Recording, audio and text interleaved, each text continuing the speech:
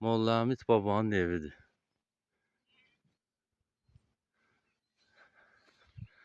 O da bilmirəm ya damdır nədirsə bilmirəm. Mən buranı görməmişdim heç vaxt.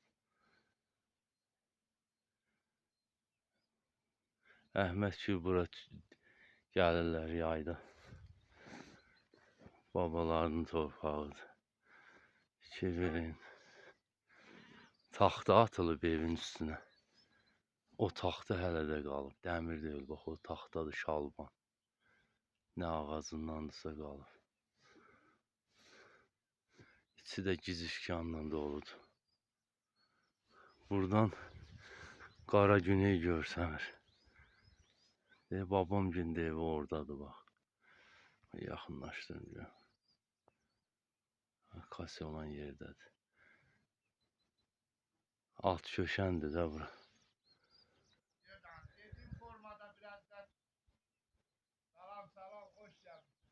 Bu da alim buranın. Buradadır, bir 15 gündür heyvanın gətirib saxlayır. Gör nə gözəl yeriymiş. Molla Hamid kişi gözəl bir yerdir. Bulaq yaxındadır. Yaxındadır.